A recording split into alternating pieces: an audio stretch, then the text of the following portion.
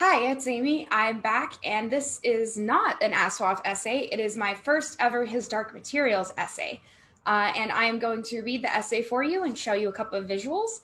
And then I'm going to have my wonderful guest load the links on, and they have their own WordPress. Find the link in the description below. And we are going to talk about their essay on colonialism in His Dark Materials. And we're going to kind of talk a little bit about the relationship between Orientalism and colonialism in the series. So let's get started.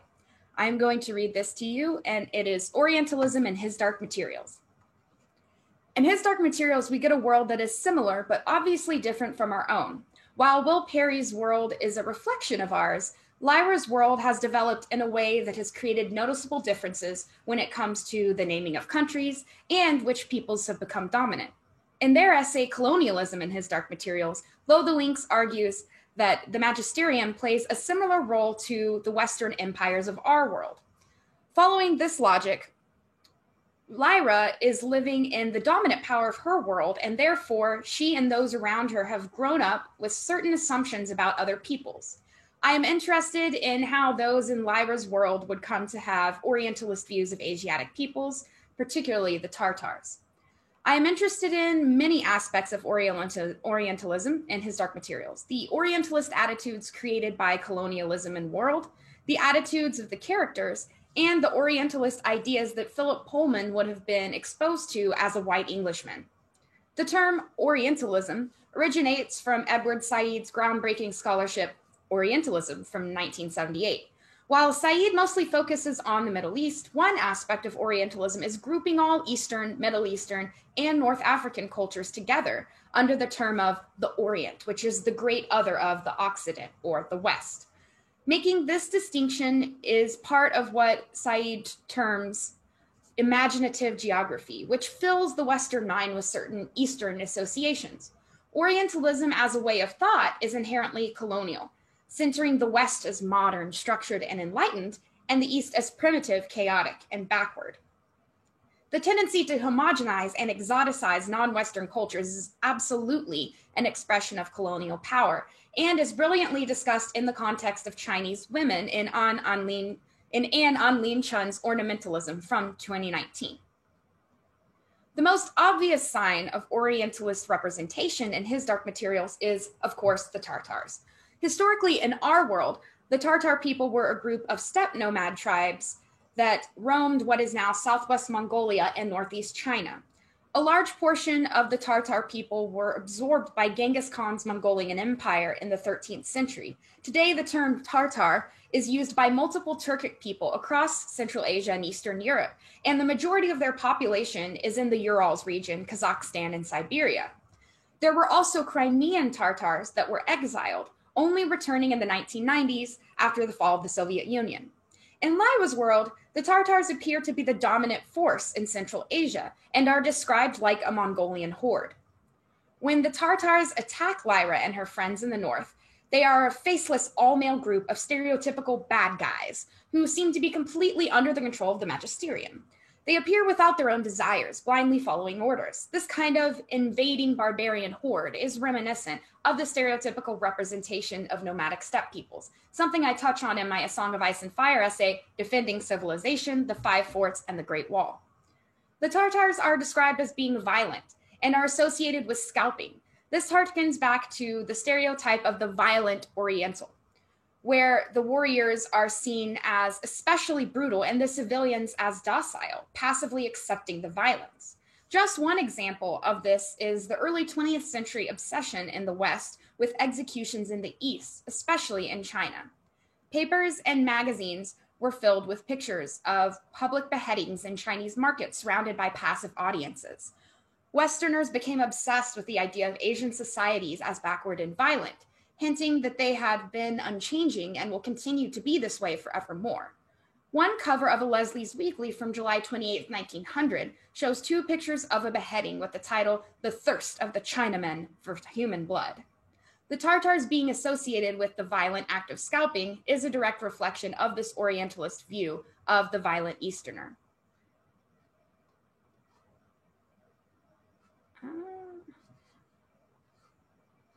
Another violent association a violent act associated with the Tartars is self-harm, particularly drilling holes into their heads, known as trepanning.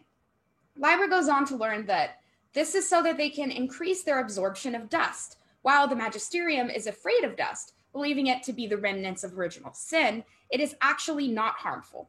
In this way, the Tartars have a kind of mysticism and knowledge that the West does not possess. This is reminiscent of the exoticization of Middle Eastern and Asian peoples, seeing them as having some kind of ancient wisdom. Will's father, John Perry, is himself an Orientalist trope. He meets with different Arctic people and eventually meets with the Yenisei Paktars, a Tartar tribe. He learns their mystical ways and becomes a shaman, is given an Asianized name, Jopari, and becomes a Tartar by initiation, being trepanned. This trope of the white man learning the mystical secrets of Asian peoples is widespread in popular culture. We see this in the movie The Last Samurai from 2003, as well as the Netflix show Marco Polo from 2014, and in accounts from Westerners who traveled to the East, such as Marco Polo's writings and the book 7 Years in Tibet from 1952, which was later made into a movie in 1997. These fictionalized and semi-fictionalized accounts give Western audiences a window into exotic and otherwise incomprehensible cultures.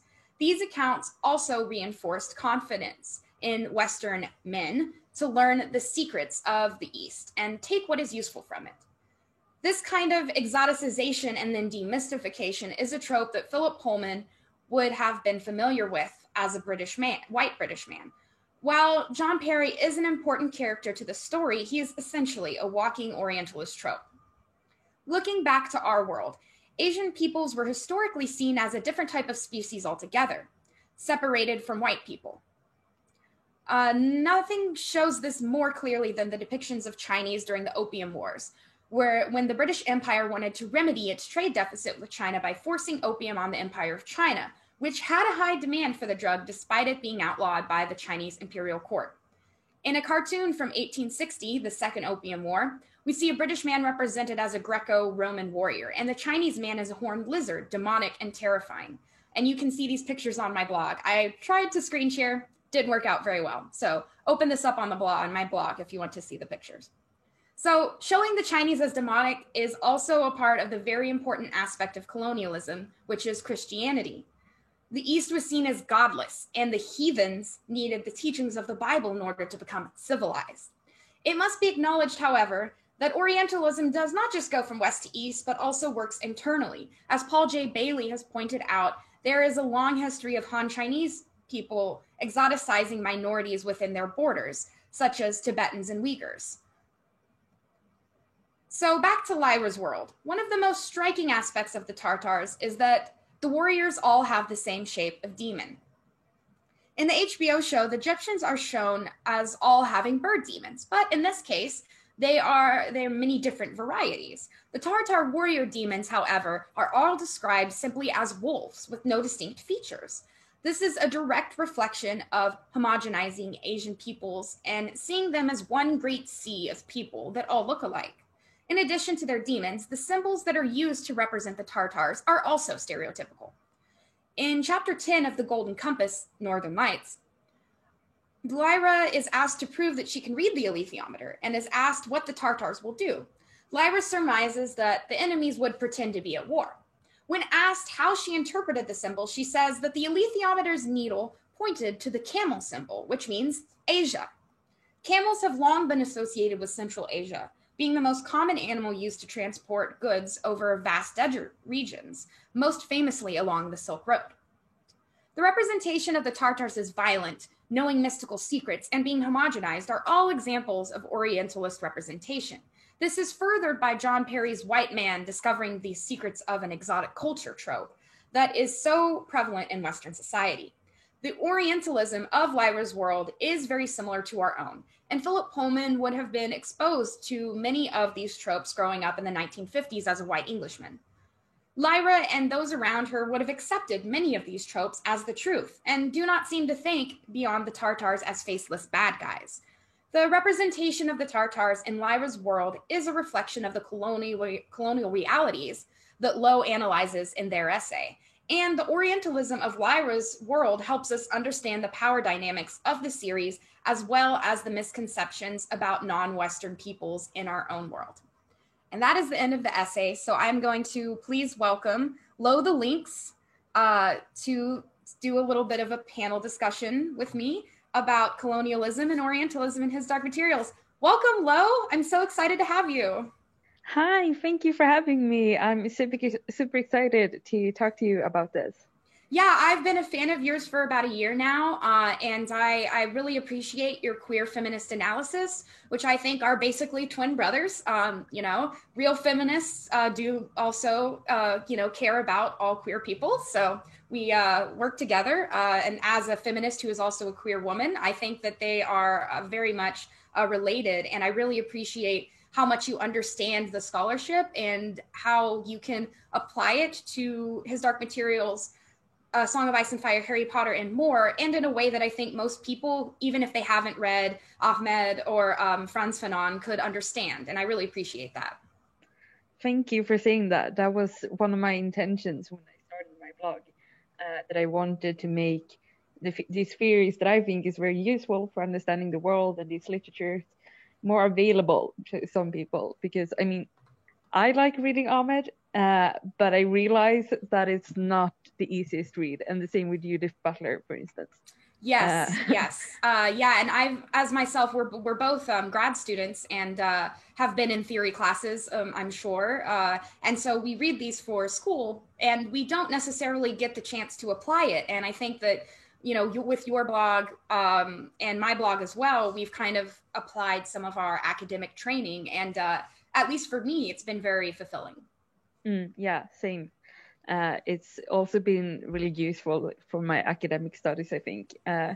to use these theories in a different way, and then sort of think, oh, right, that connects to that. Oh, I can use that theory in that way. Oh my God. So yeah, Yeah, I think it it's really really fun. unlocks the potential of what we're learning. So yeah, those of you that are watching, once again, the link will be in the description for Lowe's WordPress, and specifically their essay on colonialism and his Dark Materials, which I really find a companion to my essay that I just wrote about Orientalism, because like I argue in the essay, it's an expression of colonial power. So we're really going to be diving into, some of these kind of scholarship about colonialism and Orientalism, and how, not just how we can apply it to the series, but how we can better understand the series and what Pullman kind of his influences as well. Yeah, so let's get started. Let's just kind of talk a little bit about the relationship between Orientalism and colonialism. And I think you talk a little bit about the representation of specifically Muslim women in the Books of Dust, correct? Yes, I do that a bit. I would want to do another essay on that, but in one of the last sort of section of my essay, I talk about the last currently published Book of Dust, The Secret Commonwealth, which takes part the plot happens a lot in what they call Asia Minor, and there's a lot of interesting things there that I think you could discuss from an Orientalist or colonial perspective, definitely. So yeah, and like I sort of argue throughout the essay, the reason why it's relevant to talk about colonialism even today, even in our world, even in Lyra's world that is sort of contemporary-ish to our world, is because even if we don't technically have empires anymore, we still live in a colonial world. And one of my biggest theoretical influences is Sara Ahmed, who writes that colonialism makes a world white, which is, of course, a world ready for certain types of bodies, as a world that puts certain objects within their reach. And then she goes on, I want to consider racism as an ongoing and unfinished history, which orients bodies in specific directions, affecting how they take up spaces. So and that's from her book Queer Phenomenology from 2006. And I think that's a really important point, that our history still affects how we move throughout the world and how we think about the world. Absolutely. And for critical race theory, Frantz Fanon talks about decolonization of the mind, that you just, if, where he's from, I believe was French influenced. And when the French pulled out, that doesn't mean that's it. And that you're just decolonized. Same thing with South Africa and the British Empire. The effects of apartheid are still very much felt there, especially through economic, socioeconomic realities that are based on race. And I really like the example you use in your essay, Lo, about how Ahmed, she has a Western passport, I believe a British passport. Am I correct on that?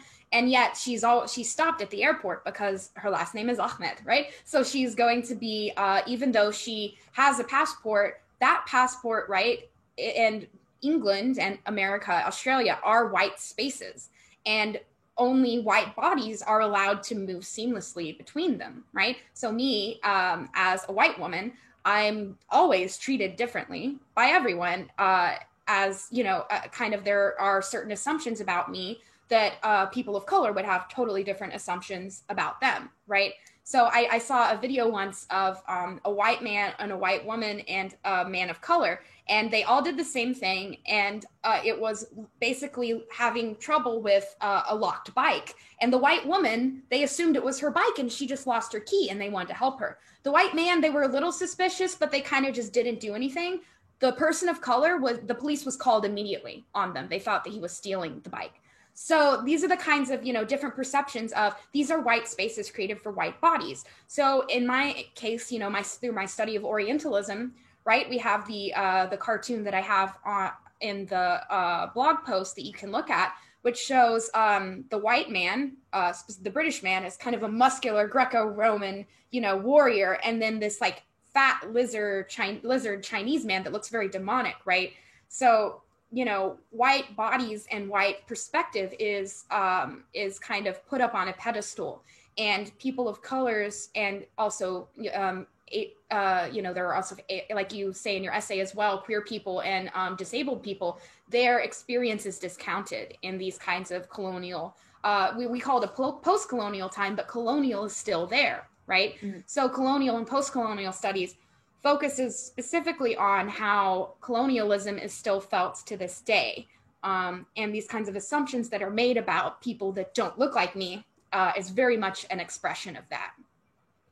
Yeah, exactly. And that's one of Ahmed's like big points, that if you don't fit into the sort of institutional lines, as she calls it, the norms, the path that is like the easiest, the path you're supposed to take for life, if you don't fit into those lines, then you experience different blocking devices.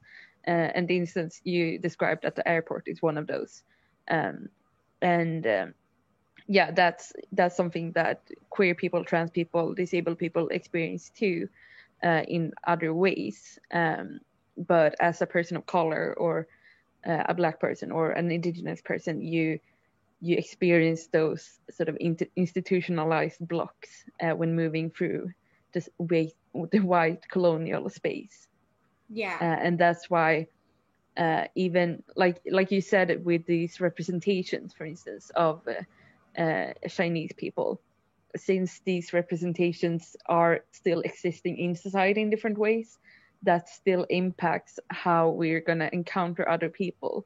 That's something that Ahmed writes about too, that I mentioned in my essay. That like every encounter I have with someone will impact how my next encounter with someone like that will happen, and every encounter that I or people I know have had with them before will impact that. So if we have these ideas about, well, people from the Orient, they are like that, then that's gonna still impact how we treat those people. And I think case in point is the coronavirus. I mean, the Kung flu. You don't like, you think Orientalism is dead? No, it's not. I mean, I literally, in February, heard someone, I was walking down the street and I heard someone here in America, in a liberal state in California, on the phone say, oh, this crazy Asian virus. I mean, to act like Orientalism is a 20th century trope is wrong. It's just erroneous to think that these colonial mentalities do not still affect the Western psyche to this day, right? The kind of aesthetic, right, of the screen behind me is a little Orientalist. I admit it, but I will say, just pat myself on the back. I can read that. It's in Chinese, and I can read it. So I mean, it doesn't make me not Orientalist. But I would say that just the average American, not me because I know too much about China, but the average American, when they think about Asia, they really do think of these kinds of Orientalist things, such as cherry blossoms, beautiful women in kimono, right? Also, all Asians are good at math. These kinds of things are very much there. And these are, like I argue, and like Lo, you can obviously talk about in great detail, is that these are expressions of colonial power. We, as the West, can define the East, right? We can, and because of that, we put ourselves in a dominant position. Yeah, exactly. And that's something that, again, Ahmed writes about, that we orient ourselves towards the Orient, like we as the West look towards the Orient, are like, those people are like that, we're not like that. Yes. And that's something that we constantly do with different groups. These like, oh, we're like this, we're good, they're weird, we're not like that. Yeah. And one very common thing is to say we're individual and they're communal. That's a very common Orientalist trope. As if, Asian people don't have their own independent thoughts. It's very reductionist. And it also is reductionist of the West too. As if we don't have, people that go to church. Is that not a community? The Aswaf community, is that not a community? We also are humans are community oriented. So to make it out like, where you're from makes you more individualistic or more communal is itself an Orientalist trope. And I love your use of Orient, right? Because it's in the term, term Orientalism. But let's go ahead and dive specifically into His Dark Materials, and we can always go back to whatever we were talking about before. But I really did want to ask you a little bit about the Magisterium and how it is reflective of Western imperialism, and also specifically the kind of religious kind of tropes that Pullman is playing with here. Yeah, so my sort of start into writing about His Dark Materials was that, for those who don't know, I'm from Sweden. I live in Sweden. I was raised here, and a lot of, especially the first book in His Dark Materials, takes place in the north. So I started sort of looking into that and trying to figure out, wait, what do you mean with the north? That's a really like unspecified wild place to talk about. And then I started thinking about how the Magisterium tries to take control and use this sort of wild, like place without laws to do experiments on people. And that made me think of some quite horrific Swedish history of eugenics in the beginning of the 20th century, when what I would claim to be the Swedish colonial state, although some might not agree with that assessment, but that is the correct assessment. It is canon, as the girls from canon would say. It's canon. Anyway, the colonial state decided that we need to figure out what the Swedish people look like, what kind of races we have here. We need to go throughout the country and measure people's skulls and interview them. And then they went to the northern part of Sweden, which is part of Sapmi, the land of the Sami people. And they measured people, and then they also quite forcibly sterilized people, and etc. And that's sort of when I started thinking that, wait, the Magisterium is kind of colonial. They go into like the undiscovered north and experiments on people. That's kind of weird. And then I started thinking more about it and realized that, yeah, the Magisterium is very colonial. They try to grab different resources throughout the books. this is very clear in The Secret Commonwealth as well. They take control over marginalized people and experiment on them, and they limit movement of peoples. For instance, with Egyptians, I think we'll come back to this. But yeah, they really like play a role as an empire, trying to control different parts of the world and make them fit into their Western values. Yeah. They also demonize certain peoples, like the Panzerbjorn, the Egyptians, like you said, and also going a little further with the religious aspect. They also try to control narratives, specifically the narratives around dust, what it is, if it's good or bad, right? They are very vehemently trying to push the narrative on other peoples that, you know, dust is original sin. And you have peoples like the witches, right? Who and the Tartars themselves with the trepanning, right?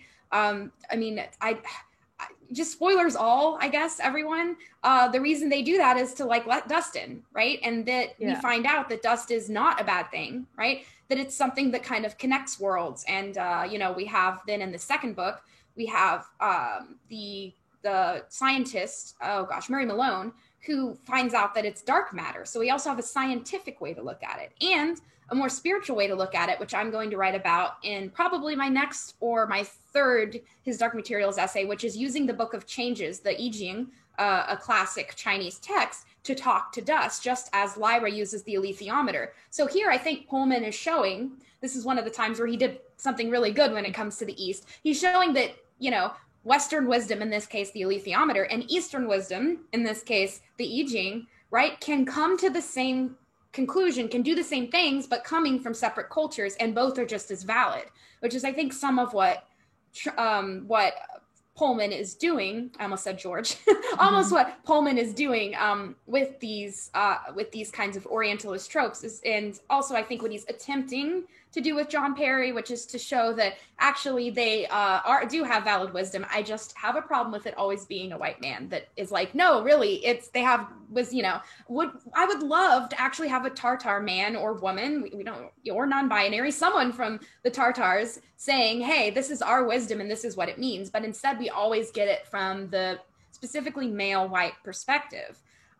So we have the magisterium demonizing the Tartars and saying they're savages and they drill holes in their head because they're weird and stupid.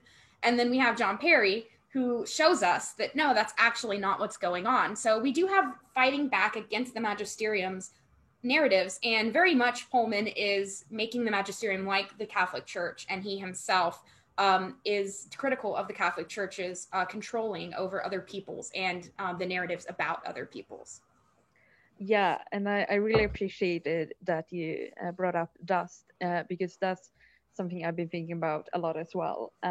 Because what these eugenic experimentations, etc., amounted to in the Swedish context, and I mean in other contexts, is a control of sexuality and controlling which people can reproduce. So like the people of bad stock, you know, the people of color, disabled people, trans people, they or like women who are too promiscuous or like sex workers or whatever, they shouldn't reproduce.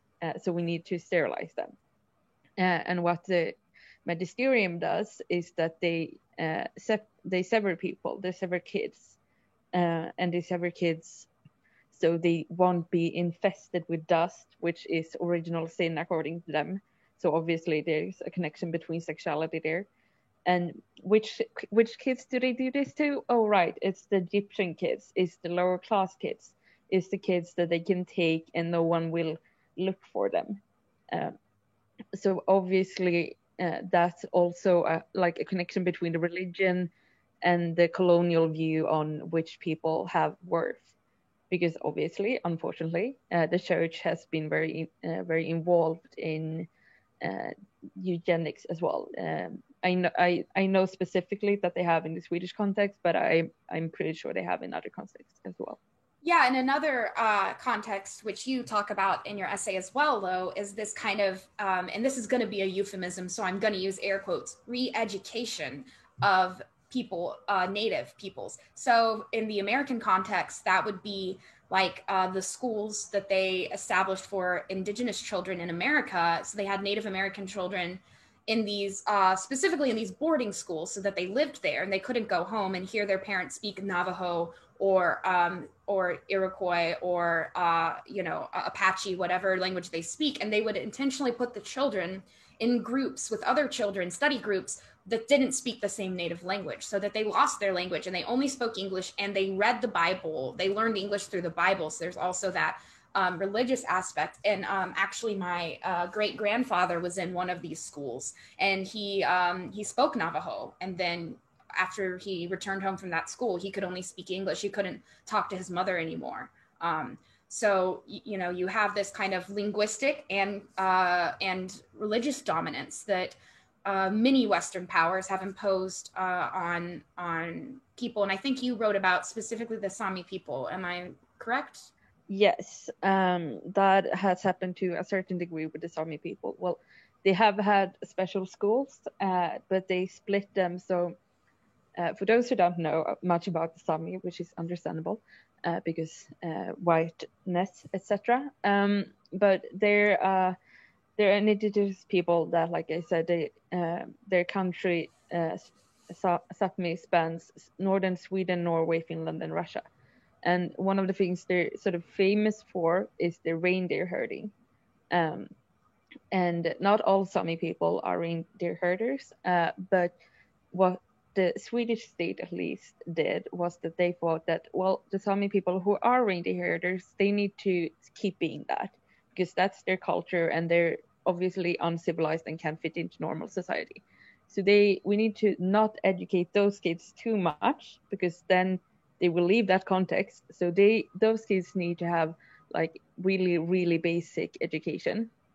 And the kids who aren't reindeer herders, we need to assimilate into the Swedish culture with like Christianity and Swedish values and Swedish language, etc. And they also did that with Finnish minority-speaking kids, by the way, which is my grandpa. And then another instance that I wanted to bring up was in Norway with the travelers, which are similar in a way to Egyptians. We'll return to that, but travelers in Norway, the Omsefermisjonen, which is translates to the traveler's mission, mission as in missionary. They would take travelers' kids and put them in those similar to those schools that you described in the American context to teach them to assimilate into society at the same time as their parents were forced into labor to also assimilate into society. And that was also like this Christian idea of building the proper nation state. So yeah, Christianity has done some bad stuff in collaboration with colonialism. Yeah, and also, Lo, maybe we could also talk a little bit about kind of the geographic aspects. So you, in your essay on your blog, have a wonderful graphic that's from just the kind of HDM Wikipedia, which kind of shows the naming conventions. And if you'll notice, Thailand is Siam, that's the older way to say it, and China is Manchuria. So the way I interpret that, I don't know, I'd have to ask Pullman. The Manchus were the last peoples to rule China before the empire fell and it became a republic. And then, of course, the People's Republic of China, which is a communist capitalist society.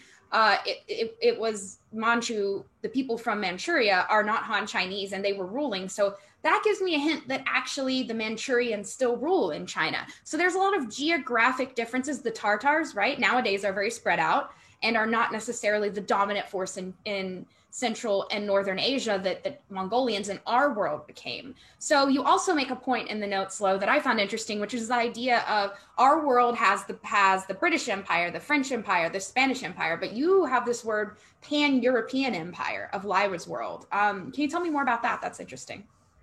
Yeah, because that's something I've thought about, because to me, it doesn't seem like there's a British Empire. Like, even if Anglia, I think, is called in that world, is like more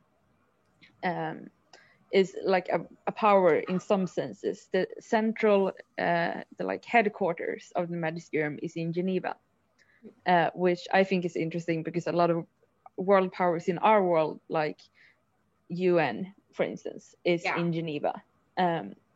So I don't think there's like a British Empire and a French Empire or so on.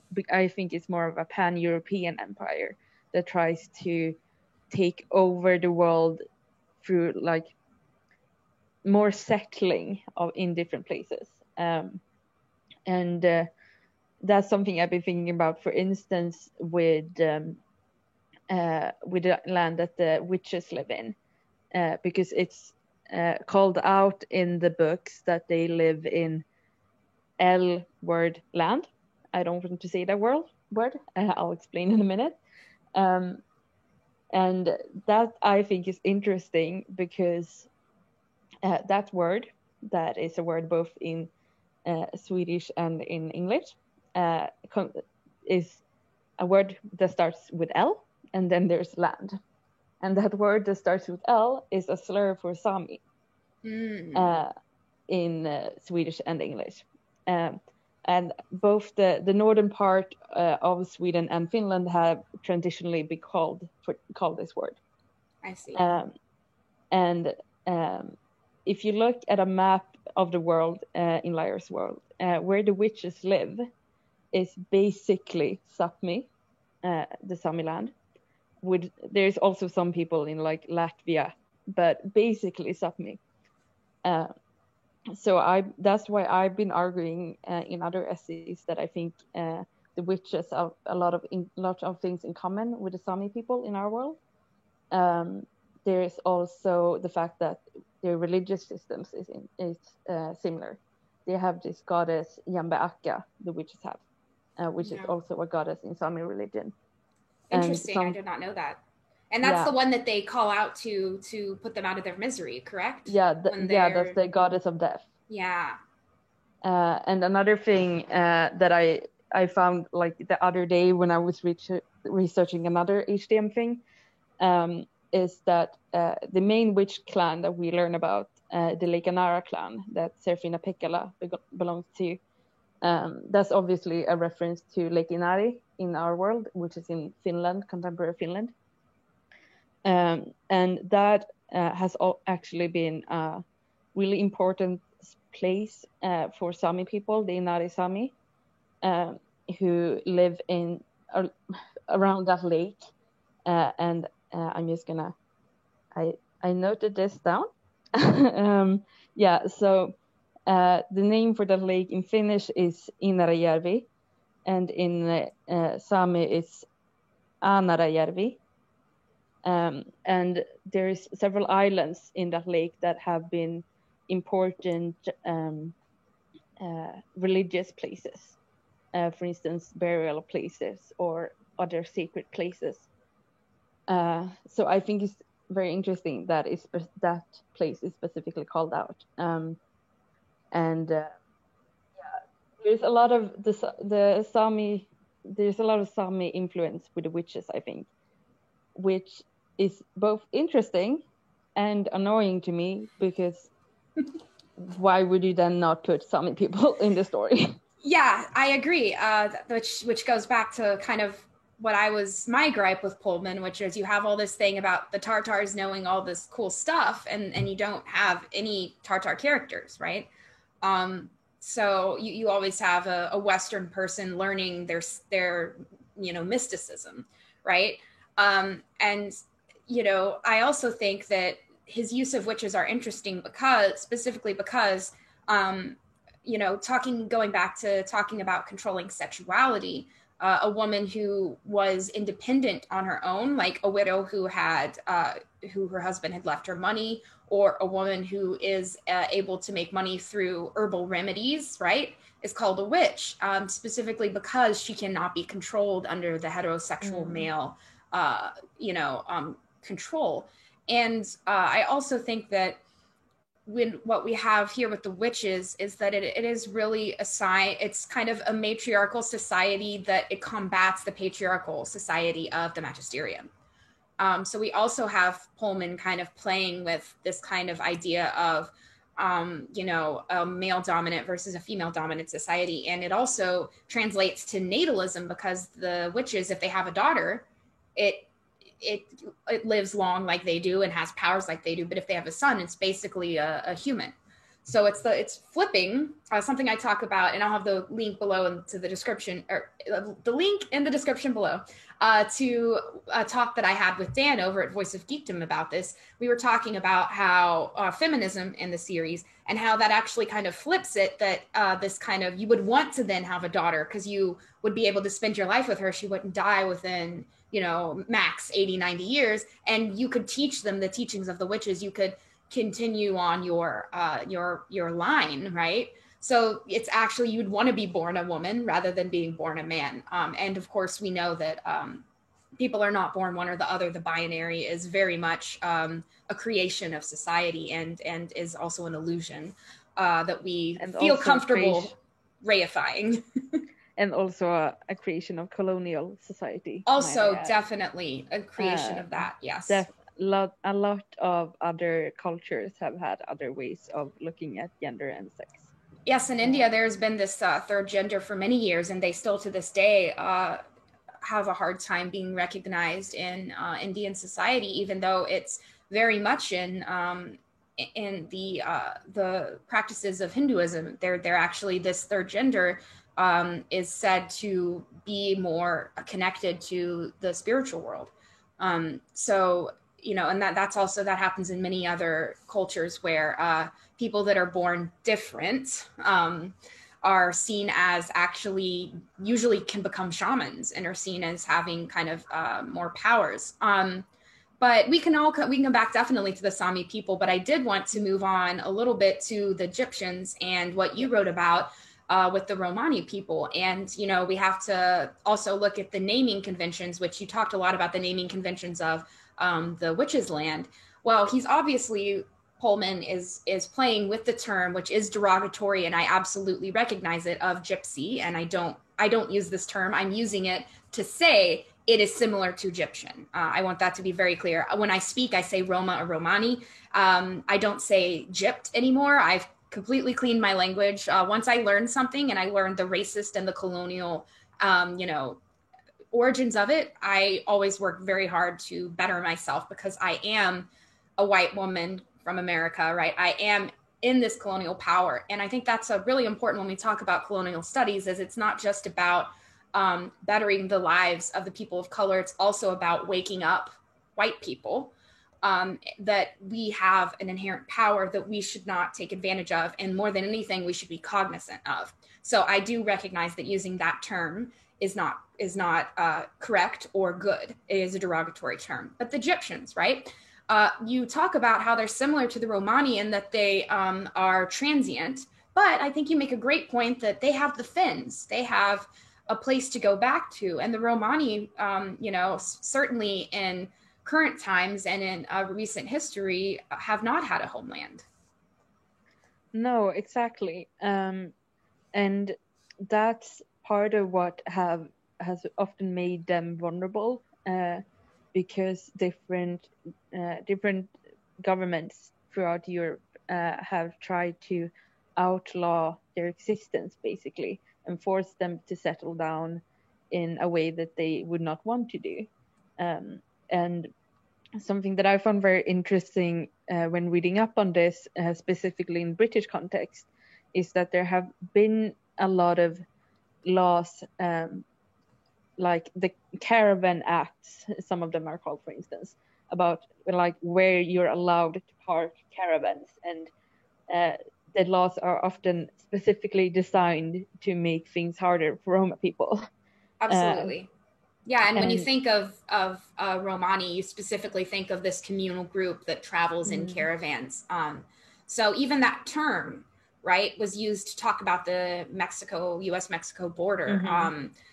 The man who luckily is in a couple months no longer going to be our president, right, said that there are these terrorist caravans coming up to America. There's this idea of transient people and people of color who are transient inherently cannot be trusted, whereas white people, right, we're agricultural, we stay in one place, we're sedentary, and that makes us better, more civilized, and more trustworthy. And this is, once again, and I'm sure you would agree with me, Lo, totally a colonialist way to look at the world. Yeah, definitely, because we have to have these set boundaries. That's something, in studying indigenous peoples, for instance, that's very obvious because the colonial states try to take advantage of other cultures not having the same way of looking at land when trying to claim land. So that's something you can see with Egyptians, for instance, in historic materials, because they don't travel by caravan, but they have these boats that they travel on. And it's mentioned sort of offhand sometimes that, for instance, that Lord Asriel has supported them in Parliament with the Watercourse Bill, and then that he has let them pass through his property on the canals there, which I think is a reference to those caravan acts that I mentioned, and how a lot of the time Roma people have sort of had to rely on nice white people allowing them to stay on their land. So that's one similarity, and also, like you said, this suspicion of transient people is very similar between Roma and Egyptian people. And that's something that comes up even more in La Belle Sauvage. I won't spoil too much, but I think your example of the flooding one, though, I think that's not too much of a spoiler if you wanted to talk about that scene where they said there's a flood coming. Yeah. Sorry, I didn't mean to be like, hey, I put you on the spot but I believe you cite that in your essay, and I thought that's not too much of a plot spoiler, so I think we can definitely. No, exactly, because Malcolm, the main character in La Belle Sauvage, finds out from an Egyptian person that there's going to be a flood. So he goes around, and he's a kid. So he goes around to his teachers and people and say hey, I was told by Egyptian men that there's going to be a flood. And everyone is like, no, they're just superstitious and they're up to something. They have a hidden agenda. They're trying to scam you or something. And that stereotype is obviously very similar to what people have thought about Roma in our world. Absolutely, Romani mysticism has very much been categorized as superstition, whereas Christian mysticism is categorized as religion. When we say things like, I try when I write about Chinese popular religion and Taoism and Buddhism, which I'm a Buddhist, so obviously I'm not going to call it superstitious. I'm really careful with the terms that I use. I say religious practices, I say mysticism, and I don't say things necessarily like mythology and superstition, right? So that's a really good example because we have these kinds of Romani, the use of herbal remedies and these teachings about the weather and about, these kinds of what we would call superstitious old wives' tale, right? But these, and then it turns out, though, that there is, there's a lot of deep kind of experience that these come from. These are an old people. We get the sense about the Egyptians and definitely the Romani, right? These are people that have had generations of experience and they pass that down specifically orally to their children. And another thing we want to remember is the elitism of the written word, so that traditions such as in African tribes and in places that don't necessarily, indigenous cultures that don't have writing, oral tradition is seen as lesser than something that is written down. I mean, I could literally write down, I am a purple hippopotamus with horns, and it's considered, more legit than, an oral tradition. So I think that also another thing that the magisterium represents is also an elitist society, right? We have Jordan College that's really focused on the written word over these superstitious oral traditions that the Egyptians have. Yeah, definitely. And there's another thing that I wanted to mention with the Egyptians is that this idea of them being like scary or bad or something. I mean, that's similar to the Roma people. And one stereotype or like scary urban legend story, whatever, about Roma people is that they will steal your children. And that's not something that we see reproduced as a story in historic materials, but instead the Egyptian children get abducted by the General Oblation Board. And as I sort of mentioned before, that's actually what happened in our world too. They were taken to be assimilated into proper culture.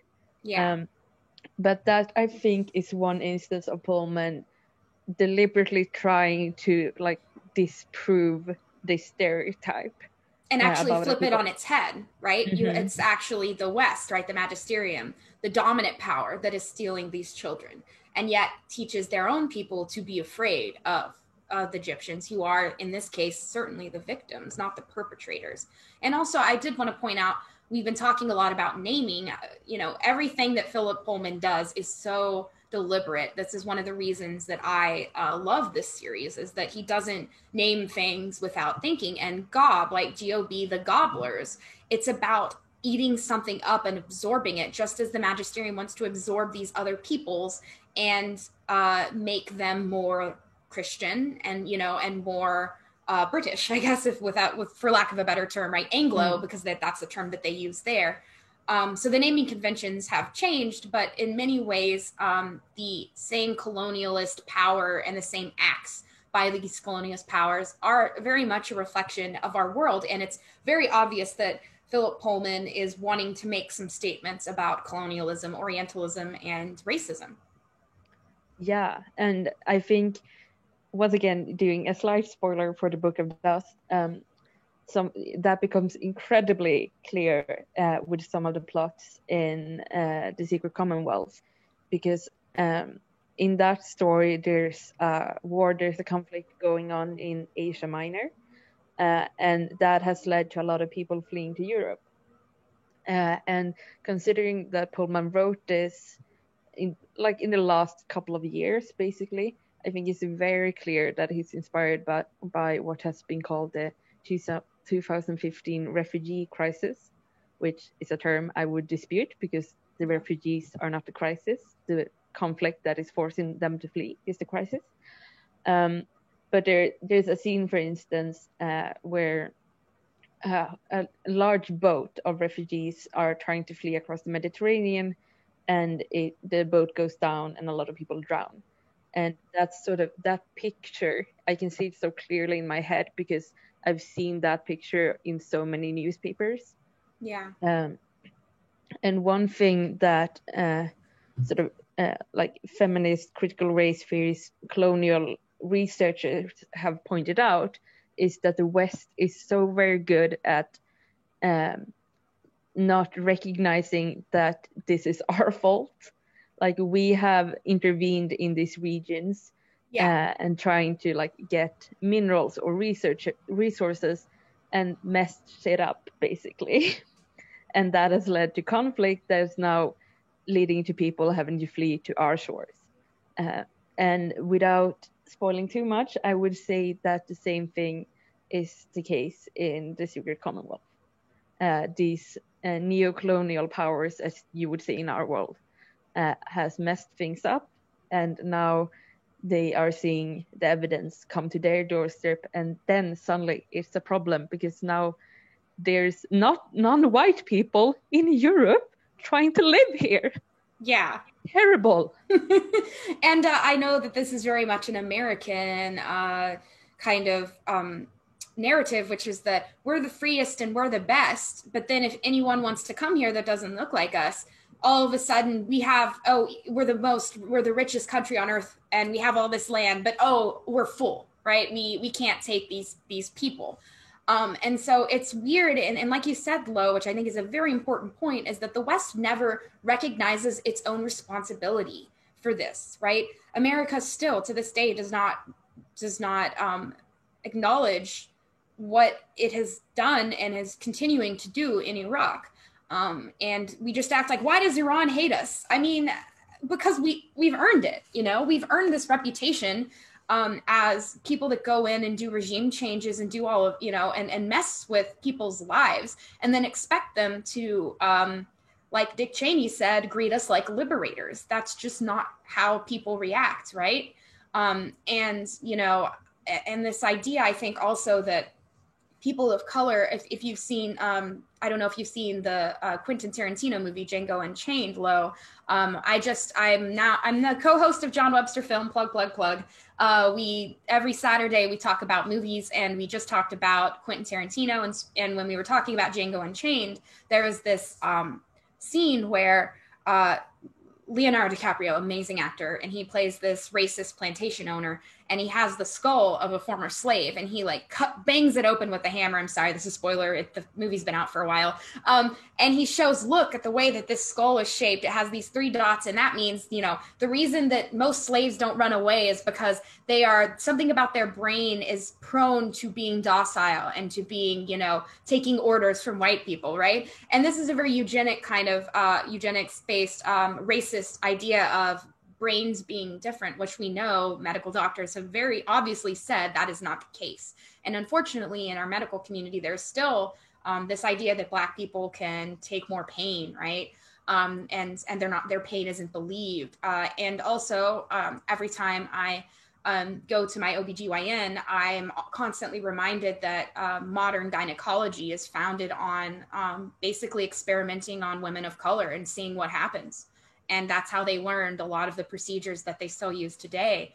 And so this kind of use of bodies of color for experimentation has happened all over the West. And we see that with Egyptian children, right? They're wanting to find a way to sever the demon from the person. And I think that this is also Pullman talking a little bit about this Cartesian dualism of the body and the soul being separate but connected. And it's actually ungodly of them to try and separate them, because if God wanted them separated in Lyra's world, if God exists, God would not have just put them in your body like what we have in Will's world, right? So it's actually the most godly of people are doing the most ungodly things. And I think that is very much what we see in the West, of people doing terrible things in the name of religion. Yeah, I'm not sure if I could say it any better than that. That's amazing. Definitely.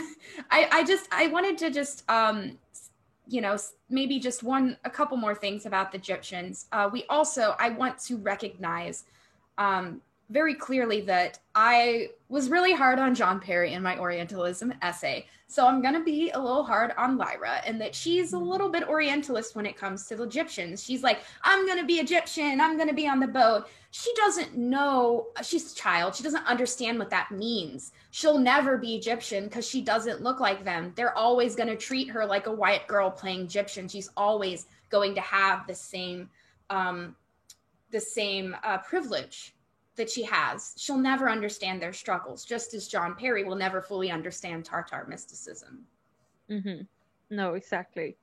And I mean, it's very clear in Northern Lights, the Egyptian children are being kidnapped and no one is looking for them. Lyra runs away and like the whole country looks for her. Oh my God, that's such a good point, right? Yeah. And that's also common in America. You'll have, like with the Atlanta child killer in the 70s and 80s, I believe. I'm not quite sure on the time period. Might have been 80s. But Atlanta was an up and coming city. It had its first Black mayor. They thought they were making progress. And 29 children, Black children, mostly young Black boys, were being kidnapped, sometimes sexually assaulted and killed. And it wasn't until the 20th that they brought in the FBI. Whereas you have one white child in Texas, and the FBI, the sheriff's office, the State Bureau of Investigations all comes in, right? So I think that Philip Pullman is definitely, like you said, the difference in how children of color versus white children are treated is very obvious. And so, I love Lyra. She's the main character. She's blonde. So of course, I love her, right? And I love that Pullman, did the whole chosen one thing, like Harry Potter, but it's not a boy, it's a little girl. And I really appreciate that. And I don't want to discount that. But I do want to recognize that, like I say in my Orientalism essay, it's Orientalist essay. In my Orientalism essay, I show that the people like Lyra in this world really accept a lot of things about other peoples, and will never really fully understand their experiences. And so even though Lyra is kind of kicking it with Egyptians, she's not at risk to be stolen like they are. No. We do have Roger, who is taken, but he's not a rich orphan like she is. She is an orphan who is upper class, right? Because Lord Asriel, her uncle, right, is of a higher class. So we do, of course, I don't want to discount that white children are also being stolen, but they're always the lower class children. It's never the upper class children. So it's also a lot of classism playing here. Yeah, there's definitely that. And speaking of Lyra's family, I thought we could talk a bit about her mom. Yes. Our dear Mrs. Coulter. Yes. And I'm going to quote your own essay at you, Lo, if you don't mind. Oh, gosh. Okay, do that. So now one might argue that Hooks leaves out some power structures here. So you had just quoted a scholar, such as ableism and homophobia, but her point about white women's complicity in white patriarchy still stands. Coulter is, in my opinion, an extreme version of this. She attempts to gain power as a woman in a patriarchal world, which might garner sympathy, but she does it by exploiting children, mainly children from marginalized groups in society, unquote. And yeah, this idea of white women, also you talk about this idea of white women traveling to other countries, and you give the real world example of India, and actually having more agency in those countries because they are white women. But in the end, they are kind of continuing the white patriarchal power, perhaps unknowingly, right? And we want to be like, oh yeah, Ann Coulter, she's badass working woman. But like you argue in your essay, she's doing it on the backs of dead children. I mean, it's disgusting, and it is an extreme example of how women maintain the patriarchy. White women specifically, I want to say. Yeah. Just make that clear. Yeah, exactly. And I think there's been a lot more talk about that in sort of mainstream culture recently. Mm-hmm. I know there's been a lot talk with the US election, for instance, about let's skip over that. Yeah, no, but what I wanted to say is that sometimes there's this idea of, if a woman is in power, there's this girl boss moment, feminist, yay, women have power, woo! Yeah. And that's not always a good thing. Like white women still order drone strikes, and still tries, Mrs. Coulter, she tries to climb to the top on the backs of dead children, so you have to be aware of this. Her white privilege, her class privilege, and her ability to, she gets power, sure, but at what cost? And could a Black woman do the same thing? Probably not. Could a woman from some other country that isn't like England do that? Probably not. And does she really further the cause of feminism and progressive ideals? No, she doesn't. Obviously, she doesn't. She literally works for the magisterium. Of course, then she sort of has a change of heart, but in later books. But it's very clear that she's quite literally working for the patriarchy, the white patriarchy. Yeah, and we also see that the magisterium still doesn't fully recognize the work that she's done, and I hate using the term work, but what she's done for them, which is awful. It's just they kind of discount it, and she keeps giving and giving and giving, and this is an example of, no matter how much you give into the patriarchy and be like, yeah, I'm not gonna be a hairy-legged feminist. I'm gonna be, you know, a woke homemaker. These, like, if you're kind of trying to give into the patriarchy as much as you can and demonize feminism, they're never going to accept you because you are not a man. Like, it's just not going to happen. So Mrs. Coulter, no matter what she does, she will never fully be accepted by the patriarchal magisterium. And yet, like you said, until she has a change of heart, nevertheless she persists. And I don't mean that in a good way. No, exactly. Yeah. Yeah, so I think that point about Mrs. Coulter is really important because feminism is definitely a theme in this series, but we also want to be nuanced about it and recognize when, like you said, women in power, not necessarily a good thing. The suffragette movement in America was much stifled by white women not wanting women of color to get the vote. So we would have gotten the vote much sooner if there wouldn't have been this counter protest by suffragettes who said, okay, we want the vote, but only for us, right? So there also had to be a anti-racist movement coming in, as well as a suffragette movement to counter this suffrage only for white women movement. And so I think Mrs. Coulter is very much an example of that. You know, I want power because I'm a special woman, but not all women are like this. I'm one in 10,000, right? Which is very incorrect. Yeah, exactly. Yeah, and I mean, that's something we still see throughout the world. Like, we have some women might argue for, like, oh, we need to close the pay gap.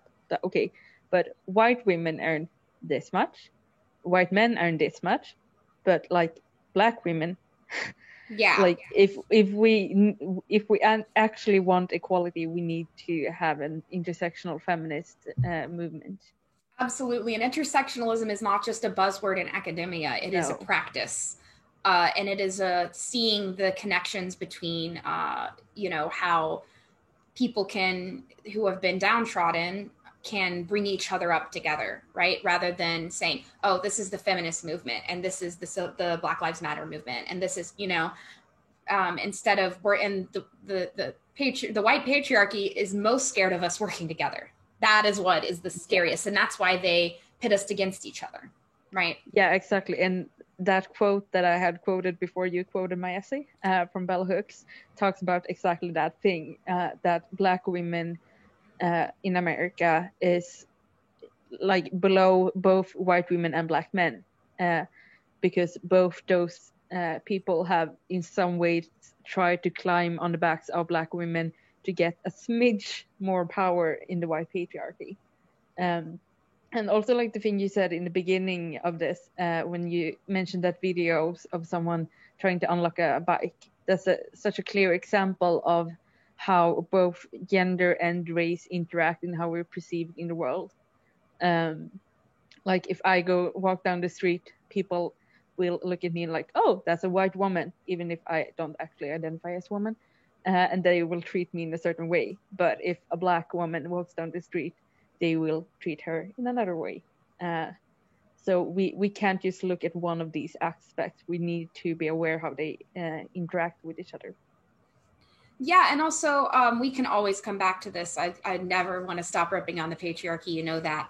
But I did want to get in another point that you make in your essay, Lo, that I find it very interesting, which is the Panzerbjorn, these armored bears as noble savages, right? And you also talk about our friends Chloe and Eliana over Girls Gone Canon and what they've kind of pointed out with that.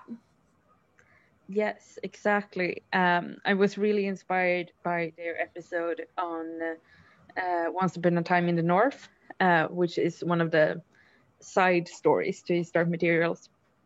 And in that story, the Panzerbjorn are like actually described as noble savages by a person at one point. And I think you can see them as sort of indigenous peoples. Obviously, they're bears, but the tropes are similar. They have this land that they live on, and they have their culture. and other people won't allow them to live in society with them. They're described as true noble savages with this historic, brilliant culture. But then if they try to like get some more modern things, then their culture will be ruined, basically.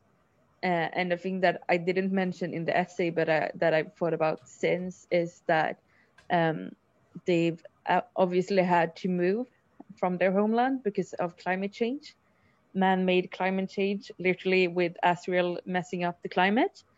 And that's very similar to experiences of a lot of indigenous people. I know, for instance, that the Sami have suffered a lot from climate change, because if it's getting warmer in the north, then that will obviously change their culture, because, for instance, the reindeer have these specific places that they graze on during the year, and that gets messed up. So yeah, and it's a thing in other countries as well. The indigenous peoples are oftentimes the ones that suffer the effects of climate change first. Definitely. Yeah, I like that a lot. And that's something that totally went over my head when I first heard about it. And I really appreciated reading it in your essay. So like I said, we can go back to any of these previous things that we've talked about, but I guess maybe just to start wrapping up, kind of this question of what exactly is Pullman doing by having these marginalized and exoticized people in his series. And we've talked a lot about the real world inspirations. So why exactly is he doing this? I mean, for one thing, is his like world building. He's trying to create a fuller world that has a history, that has a culture, that has different peoples. But I think a lot of the time he's trying to criticize colonialism and racism. Like we mentioned with Egyptians, they're not child stealers, their children is getting stolen. Or with the Tartars, they seem scary, but actually they're pretty good. Even if we both agree that he fails with that at some points. But he, and like I mentioned with the Secret Commonwealth, with the migration, I think he's definitely trying to criticize white supremacy and racism, even if he doesn't always succeed in doing that. Yeah, and I think he's also trying to, you mentioned world building, by having these marginalized people, it really enhances the power of the magisterium and how it's affected the world around it, and kind of changed the way that the world is, the power dynamics of the world, right? And so with like the Panzerbjorn and with the witches, with the Egyptians, right? All of these people are affected by the magisterium in one way or the other. And now with the multiple worlds that are going to be happening, which is personally my first favorite thing about this. Number one about this series is it's steampunk, and I just love steampunk. My second favorite thing is multiple worlds, because I'm always interested in that idea. And so now we're going to have, by seeing what the magisterium has done in its own world, now we are prepared for the devastation that they could bring to other worlds as well. So it's also showing how harmful colonialism can be, and he's going to do it on a more than just one world scale, which I think is very interesting. Yeah, definitely. Okay, well, is there anything that you definitely want to say that you haven't said, Lo? I don't think so. I think like the main point I'm trying to make in my essay is that, I mean, it's not like one-to-one that the magisterium is the British Empire or like Swedish colonialism or whatever, but these processes of colonialism is similar. And even if, for instance, like I've said that the witches resemble the Sami people, obviously they're not actually the Sami people, but the way that Pullman is inspired by real life events, a lot similar to George R. R. Martin in A Song of Ice and Fire, he's like pull Manning. That I stole that from Girls from Canon. I love it. Yeah, but yeah, he's pulling from real life events to make the world make sense, and criticizing it as well. So even if, I mean, it's not like one-to-one parallels, but the processes and the structures are very similar. And I think therefore, if we look at how colonialism has worked in our world, we can both understand his dark materials more, and also maybe start looking more critically at our world. Yes, and that's exactly what I was trying to do with this first essay. I am on Twitter. I'm Amy Poehler, Poller. I love to poll my readers and people that watch my videos. And I asked what I should do for my first essay, and they did not say Orientalism. I overrode democracy. They said they wanted the I Ching and the Book of Changes and Talking to Dust. And I started that essay, but I found myself just constantly writing about Orientalism instead. And this essay was just done first because I was inspired a lot by Lo's essay, but I also was inspired by our current circumstances where I really see Orientalism at play. And so I think that this is kind of, for me, also a mission statement to my viewers and my readers that I do not shy away from these issues. Just like in my very first essay, when I was talking about Tyrian and monkey imagery, I called out the very ableist representations of little people as tumblers, right? So I don't shy away from any queer feminist analysis or racial issues. And so that's another reason that I did it. And like you, Lo, I was really wanting to show that by learning more about Orientalism in his dark materials and in our real world, I think we can, like you said, understand the series better and reflect on ourselves and perhaps the Orientalist and colonial views that we have. So I really appreciated your essay, and it made me want to keep writing on these issues. So I definitely encourage those of you watching, please read Lo's essays. They do really amazing analysis on all things ASWAF, HDM, Harry Potter, and more. And they have really enlightened me a lot and what you can really do with these series. Even if you think there's not much there, trust me, Lo is going to convince you otherwise with their essay. So yeah, Lo, thank you so much for being on my channel. And you guys are in for a treat because this is not the last time you are going to see them on my channel. We are writing an essay together about Lisanna Omar from an Orientalist and queer feminist analysis kind of going on. We're going to work on that. And we're also going to, so I'm going to do the usual thing of reading the essay to you, and then they will be right there to offer another panel to talk about it. So I'm very excited for that, Lo. We met through the Learned Hands podcast. Shout out to Cliff and Mary. And we kind of also have interacted on Twitter. And so I was so glad to meet you virtually, face to face. And so I really thank you so much. And I look forward to our future collabs. So that's what's coming up next. And after that, I'm going to have my Circe essay talking about her parallels to the last Empress of China. And I'm going to have my favorite Circe, Stan Rohan. She's at Cyril Woodcock on Twitter. And in 2021, Lo is going to come back to talk about the Poppy War. So we have lots of future stuff coming. So follow me on Twitter, subscribe, like, do all the YouTube things. And I will see you next time. Thanks for tuning in.